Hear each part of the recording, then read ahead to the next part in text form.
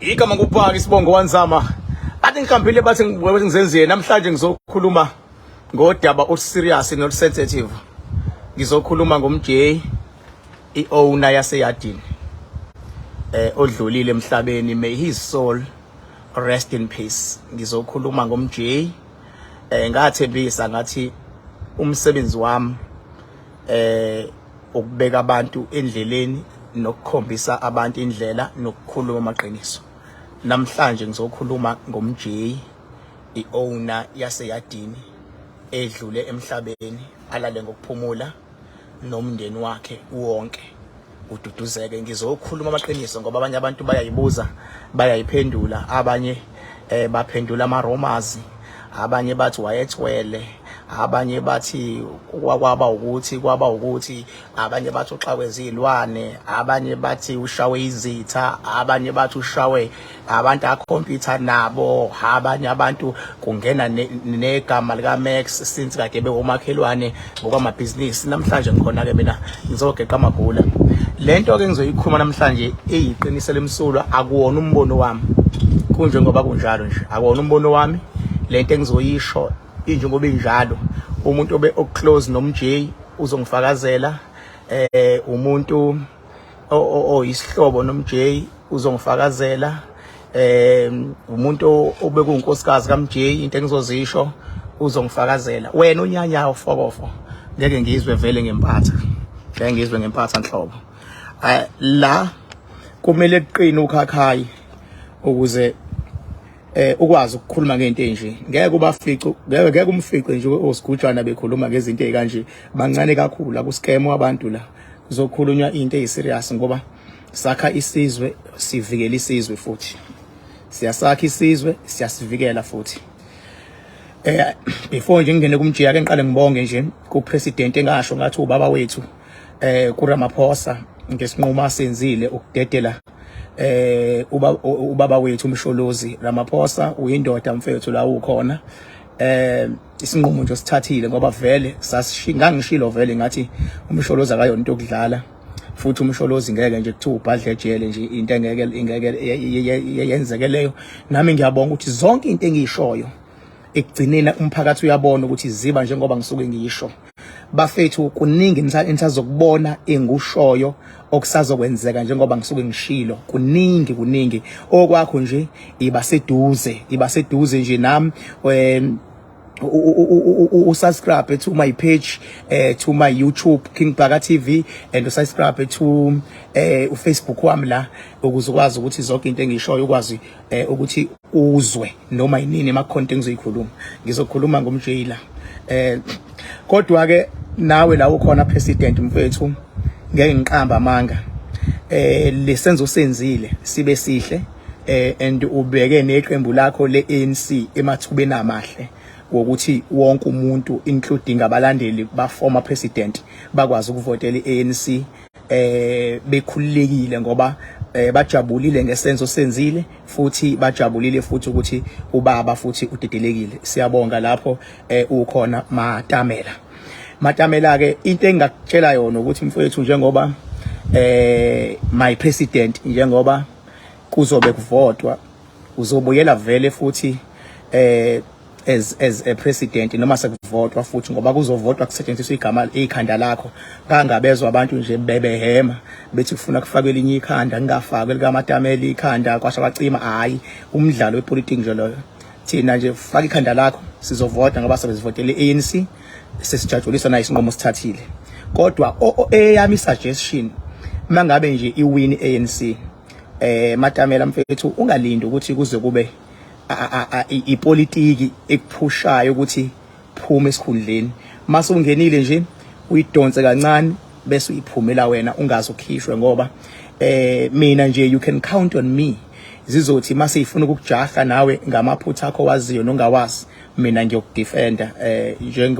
njengobaba wethu, ngiyokudefenda. Kodwa angikudefende nawe uhlakaniphile nje ungazi ufuna ukududula ipolitiki ngoba mase idudula rough,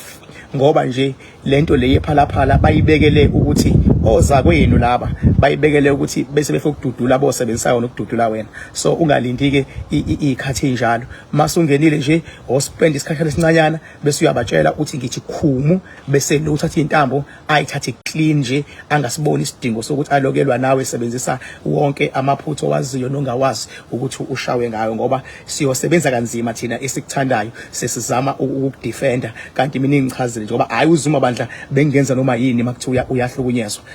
bengenza noma yini njengoba ngishilo ngathi nami ngingadedela ama powers ukuthi akwenzeke noma yini mangathi uzuma kuthiwa uyaboshwa. Siyabe singayifuni leyo nto, yabo. So bese ngidlula nje kulolu daba lolo, yabo. Kodwa kuningi nje ngisazokusho ngeindaba zepolitiki nje, okwamanje ngisafuna ukuthula ngingakhulumi ngepolitiki ngoba ngisafuna idlela kahle igame namanye amaqembu nawo a contestayo na inde nabakwazi ukukhankasa kahle nanana. Ngifuna kulo ngithi ngoba ngogcina ngiphazamisa amanye amaqembu mase ngikhuluma izinto ezijule kakhulu, kona ngizozikhuluma impela, yabo. So uyabona ke masikhuluma ngomjeyi wase Yadini bafethu, yo yazi ya sensitive nansi into, yazi ya sensitive nansi into kaMjeyi, kodwa ayikho into engizoyenza bafethu, ngizoyikhuluma bakuthi mfethu unedatha elincane ngakuthayimisa ngathi ungaloku ukuthi angitatazele. Angeke mina ngikhulume ngitatazela la, ngeke ngitatazele mangikhuluma. Wena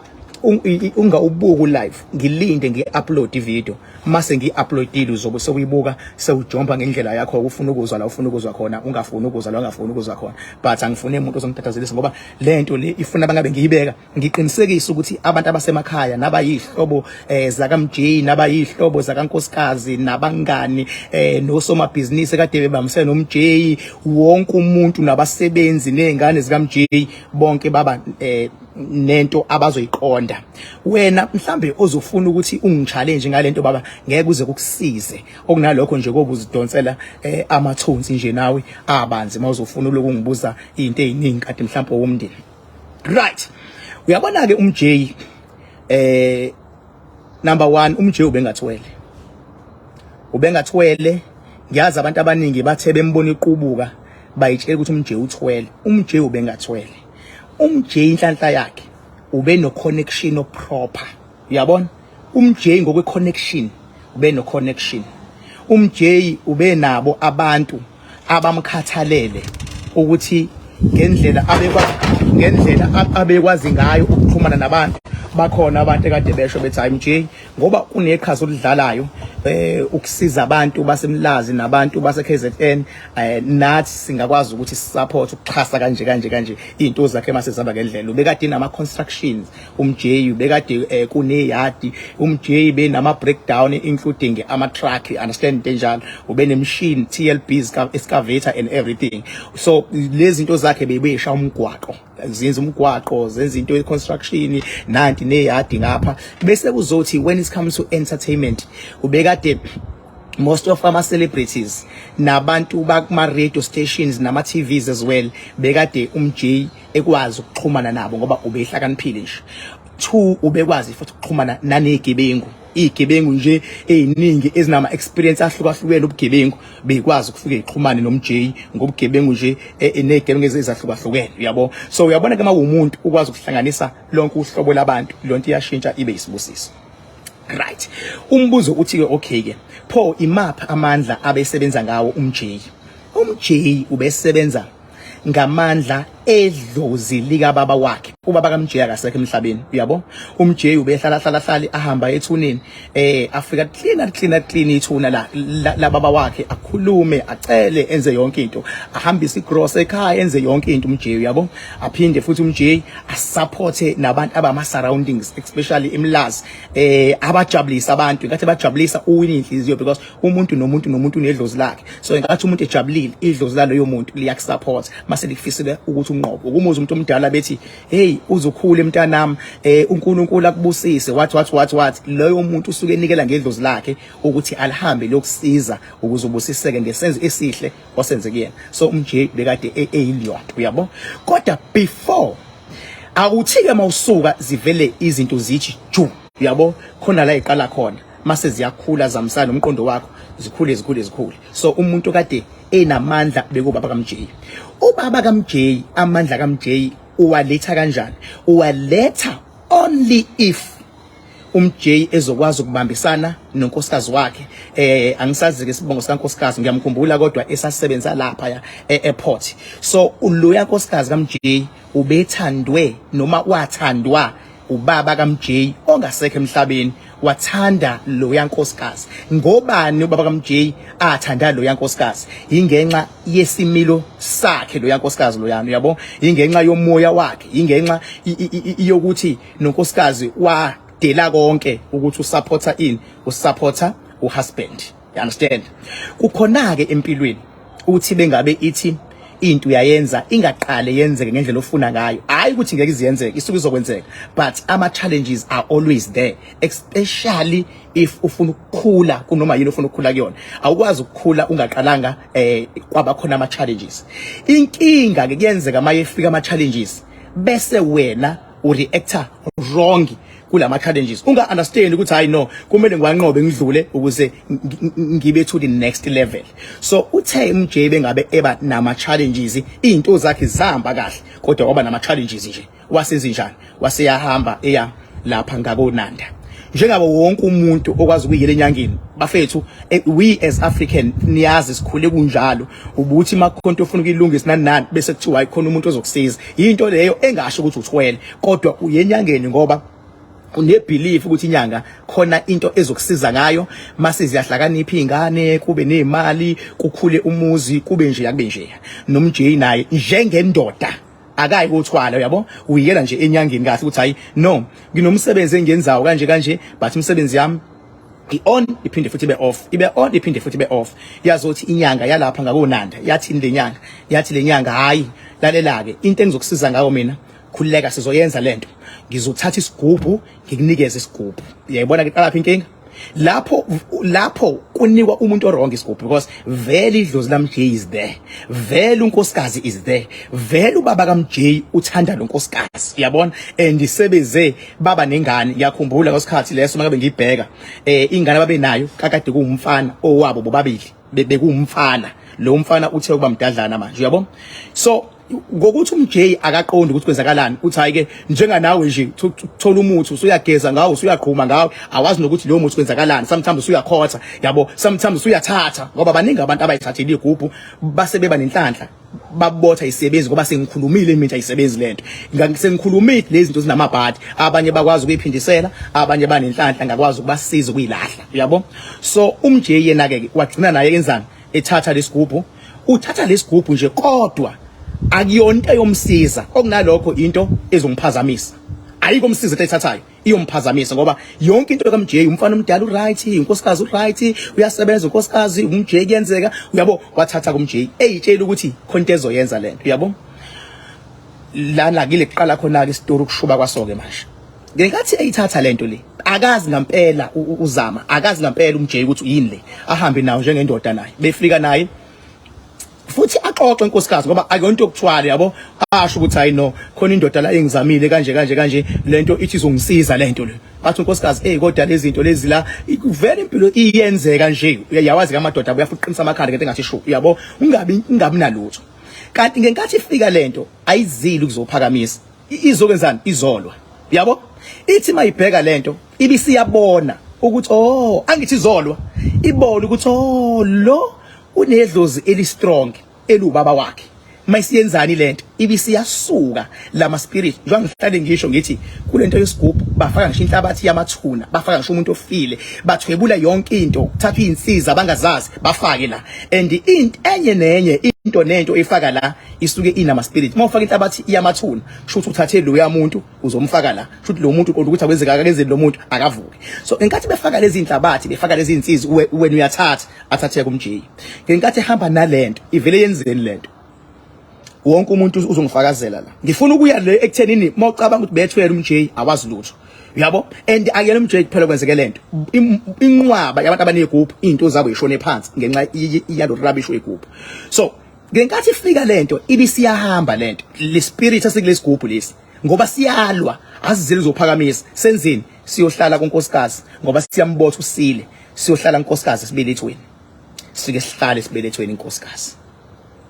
sike sihlale mase sihleli mase siyathula lapho ubaba kaMjeyi ubhizu uyasebenza wehle nyuka uyabona mase efikile uMjeyi asho athi mina nguzama mina ngujigamani ngusibani uyabona phakama idlozi lakhe kodwa idlozi lababa sekunento elilwa nayo ke manje la alisakhulekile ukuqaqeka kahle ngoba ngokomthetho uMjeyi ubese sigabeni ngendlela abehlakaniphile ngakhona elokuthi even umhlaba wonke uMjeyi ubengenza ihotela lakhe ngendlela kodwa ngokuthi manje khona lento elandiwe elwisana nempumelelo yavele yenzani lento yavele yakoma kumama yavele yahlala esibelethweni sika mama. Why ihlala esibelethweni ingoba isibonile ukuthi umama uthandwa ubaba and isupport ka mama inkulu la kuMjeyi uyabo. All right ke bisiyahlala esibelethweni kuhamba isikhashana bese kuhlala isisu ke kumama and makuhlala isisu kumama okunkosikazi kaMjeyi uMjeyi akekho aware umama akekho aware mase kuhlala isisu kanti ingane ehlalayo isizohlala kanti sekukhona umoya osuhleli la esibelethweni akuvumelekile ukuthi kube khona enye into ezohlala kumele kuhlale kumele kuhlale ingane esibelethweni ngoba enye into ehlala esibelethweni isuke izosibhoboza isibeletho isuke izoyidla ingane esibelethweni kusuke kuzokwenzeka noma yini esibelethweni you understand so ufike uhlaleke lo moya lo ofike ngesigubhu esibelethweni akhulela umama ibe khona ingane ifike ingane iyenze njani ifike ihlale nalo moya ubone lo moya ukuthi yo lengane ehlalayo kumama inamandla bese wenzani lo moya uvele uyinqinda amandla lengane ngoba ulwelana ulwela ukuthi ingabi khona impumelelo lo moya mawusonqinda lengane ke amandla yabo ihlale ke ingane lapho kuyanqindeka ingane yonke into yakhona inganeni ayiperform kahle nani kufika isikhathi ukuthi ingane isiyabelethwa lapho ubaba ubhizi ubaba ufocus ubaba hayi ndaba zesigubhu ubaba kaMjeyi ufocusile ukusiza uMjeyi unakela ikhaya wenza ama event iyadi ihamba kahle ubaba owenza lo msebenzi kodwa umama ngapha uthole kanzima khona into ayithwele yabo khona into ayithwele umama kuye kufika isikhathi yabo makufika isikhathi belethwe ingane bengabe belethwe ingane baqale bangaboni ukuthi lengane ibihleli nento engalungile kodwa makuhamba isikhathi babotha ingeke ingane yethu nakho ingakhuluma yindaba ingakhuluma ingoba lento ebisesiswini seyithwebule lengane it's a very sensitive thing lengane lento ebisesiswini seyithwebule lengane uyabo sho lento iyalwa manje ngoba lengane bekumele one day mhlawumbe ibe udokotela bekumele ibe politician ngokuthi wathatha into wrong lento wrong isiyenzeni isithatha amandla lengane uyabo and akakaboni ubaba akakaboni umama yabo kodwa umama abe nako ukusola umama ukuthi ayingeke madoda yini ngisole ngazi ukuthi ngempela angingedwa khona into wrong khona into kanje abe nako ukusola ngokuthi usola leyo nto kodwa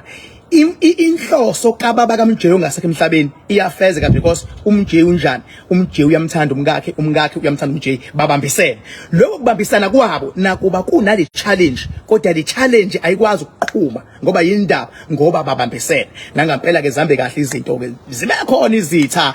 avika ubaba kaMjeyi goduka uMjeyi ayele ngakubo mawubheka le ngako South Coast ngengilonga isho indawo ngako South Coast aye kubo akujatshulwe kube njeya kodwa isikhona ichallenge nansi ingane iyakhula nansi ingane ne challenge hayi ukuthi ingane yenziwe ukuthi uMjeyi uthwele cha ingane yenziwe nawe ngenzeka ukuthi uyenyangeni inyanga ikugcabe kanti kufaka umoya lowo moya mawusuhlangana nomkakho vele ungene kumkakho mawusukhubaza ingane ziningi ingane engiyibukayo ezinala amachaja ahlukahlukene yabona into le ijwayelekile yabona so engathi khulu ingane mangabe bezoxabana ubaba benomama futhi uMjeyi nonkosikazi kumama ukuthi chimfi kube khona into eshoyo ukuthi ayingeke ngathi ngigaxele la yindaba ingane yami kungabi nje umama mayeseyitshela ukuthi kushuthi ubaba uthwele aka understand ukuthi akathwele yabo kodwa wadidiswa nje inyoni yangapha konanda ngiyayibona nje le nyoni lapha ngakonanda yabo and le nyoni noMjeyi uyitshela ukuthi mhlambe le nyoni khona into emsupporta akathayimi na uMjeyi ukuthi ayingeke yini ngiqethe ngihambe le nyoni mase ngiba ne challenge nengane yami sengixabana njalo nonkosikazi wami mangabe bexabene into zikaMjeyi azihambi kahle bengabe bezwana izinto zihamba kahle izinto zakhe uyabona angabe khona ozothi ibone lento la ngoba lento isahlele esibelethweni igada ukuthi makufika kuhlala enye ingane izovela iyidleke ingane elandelayo yabo izovela iyidle ngoba isiyalo ibone lento ukuthi uMjeyi still uyaphumelela shuthi lento abayibambile ukuthatha amandla akaphelela amandla ukuthi athatheke bengabe uMjeyi saphumelela ibisiyenzani lento ibisiyabaqhatha ke manje ikhatha bani ikhatha unkosikazi kaMjeyi noMjeyi ivele baqhathe lento mayibaqhatha yenza izinto eziningi ivele yenza ukuthi kube khona amakati eyadini ivele yenza ukuthi lamakati abuya hluphe yenza ukuthi baxabane yenza uMjeyi yena uyibonela nje ama pets wonke umuntu ngisho elungwini akhona amakati kanti lamakati asengene umoya walento ukuthi isichitho la asingene ngalamakati aka understand yena uyithandela nje izilwane wena ukubone laba abakati izilwane labona so na uthanda izilwane nje yena uthandela umndeni wakhe nje uyabona so lento ngoba iyalwa igcine ikwazi ukuphumelela before kodwa baxabanisa ikale yenzeni ibheke ukuthi ubani powerful osupport uMjeyi ngabe umsebenzi ngabe usomabhizinisi ngabe yini once wa support uMjeyi ngokuyiqiniso izomdudula imkhiphe lento ngiyakhumbula nje ukuthi khona umunye umfana ovelile mangibheka ekuthiwa umthoko noma umthokuzini noma umthokozisi something like that yabo lo mfana loyo uyena obakade right like something sort of umuntu oclose kakhulu okwazi ukushutha okwazi ukwenzani yabo nabanye ababakade babangani baMjeyi bemsupport lento ivele yenzeni ivele basuse ngoba iyalwa ivele basuse bonke labantu laba abasupport ibusiness laMjeyi abasebenzi mayisiyenzani mayisidonsa abantu abaronke abazokwenzani abazomdonsela emuva abanye baqale babangabanaki kahle abasebenzi kube nalokhuyana agcina uMjeyi eyigadela ngezinga eliphezulu agcina uMjeyi ethetha hey nakana abantu nina yelelele ngoba uyabona ukuthi ikhonto ephuma esandleni kodwa usakhona unkosikazi kuyaxaxana kubuye kuzwana yabona lento ukuthi unamandla baba kaMjeyi ifuna manje ukuqeda lento le uqeda ngiyayizonda le yanyoni iyalapha eNanda uyinyoni mfana wami yazwa nesigubhu sakho ku17 nto khona akufakela uyabo ithi suka lento ivele yenzisa uMjeyi amanye amaphutha azodina unkosikazi yenzisa unkosikazi amaphutha azodina uMjeyi kugcina ikuxatshwa nakhe mase kuxatshweneke bese unkosikazi eyitshela ukuthi uya understand ukuthi kwenzakala ngempilo kaMjeyi kanti njengoba eqonda uyabona indoda yabona njengoba nje ngibukwa ambalwa amadoda angahle futhi ambalwa angithi 99% amadoda kukhona la ke aya khona ethi ayakufuna usizo engahlosile okubi ngenkathi uthi ufuna usizo kanti uzoba nebhadi uye kumuntu ozokunikeza into eyingozi wena ungaqondile wena lonto eyingozi mayisithi izukushaya phansi noma yini mfethu othi mawuyithathile ibisikhubaza ingane yakho noma ihlukumeza umkakho noma ihlukumeze wena lonto iyibhadi wena get rid of that thing funeka into ethi bengabe uyitholile kube nozwano kube nothando kube nokubambisana kube nokunqobelana izingane ezihlakaniphe more than before izingane izizalo iziclean once wathi kunento kodwa waba nama challenges ukuthi manje usoxabana nomkakho mase kunje ibhekiseni lonto yabo so inkinga ke ibe lapho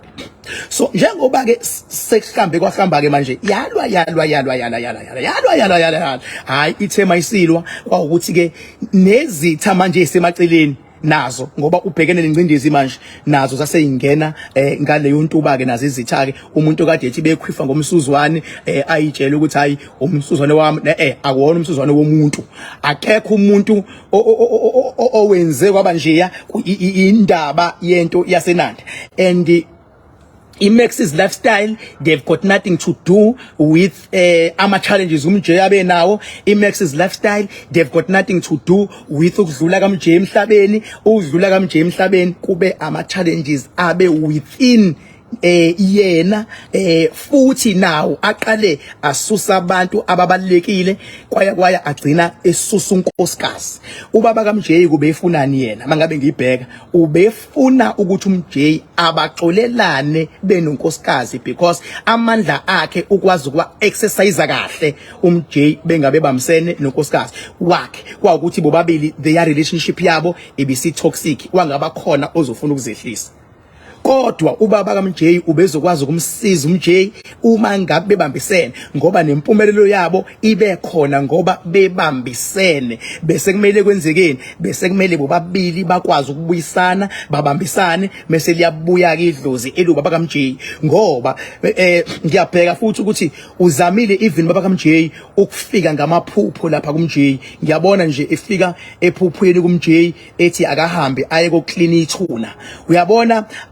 abahlobene nomjeyi la bekhona ngicela baye kobheka ithuna lika Mjeyi ukuthi laba baka Mjeyi ukuthi alikliniwe yini ngiyakutshela ithuna laba baka Mjeyi likliniwe liklino ubani liklino yena uMjeyi ubeklinelani kufike ubaba wakhe wamthuma khona ethunini ukuthi akahambe ayoclean waphinda ubaba wakhe wafika futhi wamtshela ukuthi akalungisa izinto nomakoti kuyayisiba nzima leyo ngenxa yokuthi bese ku toxic kakhulu ihambe kanjalo uthe bengabe ehlulwa ingqinamba yokuthi babambisane ukhumbuleke baba ukuthi ubani obeyimbangela yokuthi kuze kufika khona kube uMjeyi obeyimbangela othela ikhona idlozi lakhe khona yonke into waphuma wathi uyakuzama usizo kanti uyolizama ngumuntu oronke ongazazi into zakhe and ngiyabona futhi ukuthi bekuthi ubaba kaMjeyi enye into edina ubaba kaMjeyi la bekuthi bengabe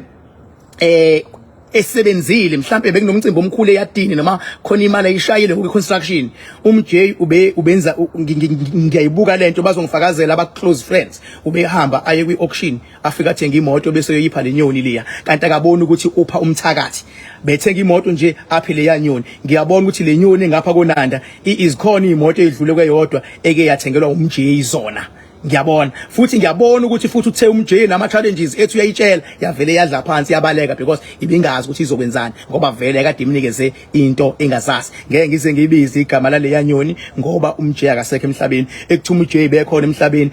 ubengizoyibiza ngoba guarantee ubezongifakazela kodwa aba close nayo uMjeyi bazolikhuluma iqiniso bayazi ukuthi inyoni ekuyona yona ebhayizise idlozi laMjeyi ingapha wena obuzonda unkosikazi uthi unkosikazi akalungile kanje ngiyacela nimxolele unkosikazi wena obuzonda uMjeyi uthi uMjeyi unje uthwalile ngicela nimxolele uMjeyi wena ubucabanga ukuthi uMjeyi ube nama challenges ngenxa yokwakhelana noMax ngicela nimxolele uMax is got nothing to do mina bengizokhuluma iqiniso ngisafokholo mina ngicela ngakufakela mina angisafokholo mina Lokho engikushoyo ngikusho ngoba lokho engikushoyo ngingama baba ingakho ngithi ngiyabona ukuthi ubaba kaMjeyi ufikile izikhathi eziningi ngiyazi ukuthi bakhona bomndeni uMjeyi mhlamba ake wakhuluma nabo wathi hayibo ngiphupha baba 8 kodwa uke wafika ubaba kaMjeyi watshela uMjeyi ukuthi akahambe aye lapha elokhuzini emathuneni uke wafika futhi ubaba kaMjeyi watshela uMjeyi ukuthi akahambe aye olwandle yenzeka into efana naleyo uMjeyi uke waya olwandle uMjeyi uye olwandle ubekade eyalwelwe ubaba wakhe uMjeyi ukuthi akake olwandle inhloso kuyolwandle bengimela alungisa izinto nonkosikazi wakhe bengimela uMjeyi alungisa izinto nonkosikazi wakhe ngiyambona uMjeyi ukuthi uyilo olwandle bengabe yolwandle ngiyabona futhi ukuthi le ngane engikhuluma ngayo lencane eyaqilazeka ngiyabona ukuthi uke waya nayo olwandle ubebizo ubaba wakhe olwandle inhloso bekufuna kube khona ingane mase kufika unkosikazi bese beyayilungisa izinto mase zivuka futhi izinto zabo more than before balahle lo yarabisho isigubhu ngoba isone esibhayise kakhulu bafethu nginithanda ure angifuni ukuqamba amanga ngiyohlala nginitshela izinto ezibalekile ngiyohlala nginitshela izinto ezisensitive mina ngikhuluma kule level yalezi inyoni lezi ezigcwele ezingazifokhola ukhumbule ugobela wami uNkulunkulu noma yini eyenzeka ngale kwethuna ngiyakwazi ukuyibona angisho mina ukuthi kwaduka ibhlukwe khona isithathu lesalahleka khona amasoko isaduka khona umuntu othatha ipeni emsebenzini khona umuntu ongakufuni emsebenzini khona umuntu othi bengabe elokheni yakho ufika ibrush lokha khona umuntu othatha inhlabathi angusebenzi lo rubbish mina ngikhuluma ngqo lento engiyishoyo ingqo ingakho ngithi abaningi bazongifakazela abazihlobo ngithi mina uke wafika baba kaMjeyi kuMjeyi ukuthi akayoclean ithuna ngithi mina uMjeyi kuyavela ukuthi ubaba wakhe uphinde wambiza olwandle ukuthi akaye olwandle ngiyabona mangicheka uMjeyi eya olwandle ephethe ingane encane ngiyabona futhi ukuthi into ebefuna bayenze bengimela uMjeyi balungise babuyelane nonkosikazi wabo because into ebilwa ibibahlukanisa bengimele babuyelane bagcina bengakwenzanga lokho because akekho kubona ovumile ukuzehlisa unkosikazi bese noqhwi wakhe noMjeyi enoqhwi wakhe umuntu nomuntu eyibone ngazithi uright lamakati akade eseyadini Mjeyi akazi lutho ngalawa makati ayaqhola ikati Mjeyi athi mina ngithenga amakati kwaba yikati elilodwa lazale elinye amanye aqhamuka la komakhelwane bekamakati kamakhelwane agcine la ngobe landela iphunga lenyama ngokuthi Mjeyi akazwani nento yokubulala akazwani nento yokuhlukumeza wagcine wayeka lamakati ethi ayasiza ngoba adla lamagundane ahlupha la ngaphandle egijima wagcine wayekela leyo nto amakati kodwa indaba zamakati nje they've got nothing to do with ukuthi uthwele noma kanjani ngicela uyisuseke lento makuthi wena ubusufake into la wrong ukuthi Mjeyi ubethwele suse uma ngabe uya emngcwabeni kaMjeyi ngicela uye la mngcwabo usober wazi ukuthi Mjeyi umuntu wedlozi wazi ukuthi Mjeyi umuntu wabantu wazi ukuthi Mjeyi ubengasukeli umuntu uye khona usober ungathi uyakhona ulokuthi ayi ubethwele fuseke man ubengathwele fuck all wena mawunyanya lathi ukhona fuck off futhi ungathi mawuya lapha ya uloku jaja ukuthi ushaye ubani akashayewanga ubani nani inyoni athe Mjeyi bethu ucela isupport structure yaka spiritual wakhuluma nayo leyo nyoni yamnikeza into wrong egcine imosha izinto eziningi igama ngubhaka isibongo wanzama bathi ngihambile bathi ngimonile bathi ngizenzile bathi wathi ubhaka udakwe yini ngingwele bhuqa biza abafokazana ngothola mentshise thuluza ngambi nalo ngilifice entsimini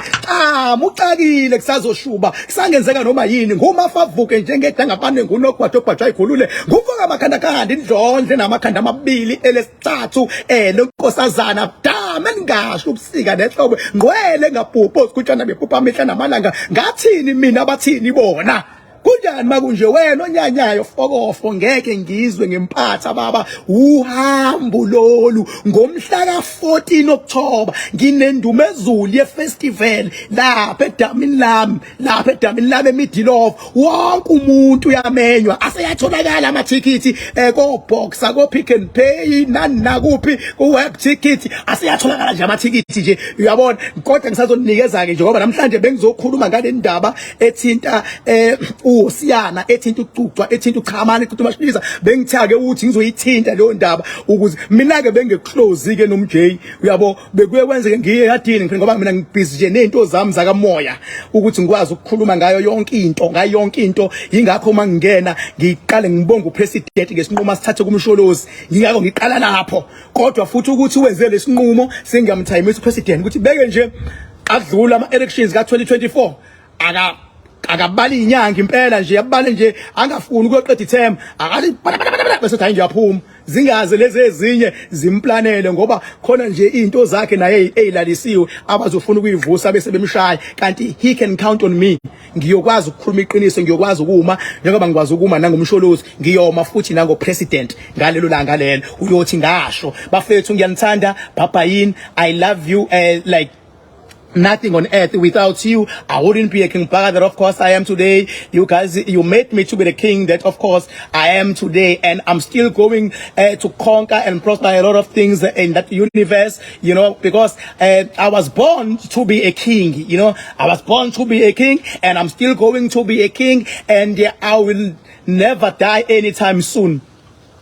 Thank you.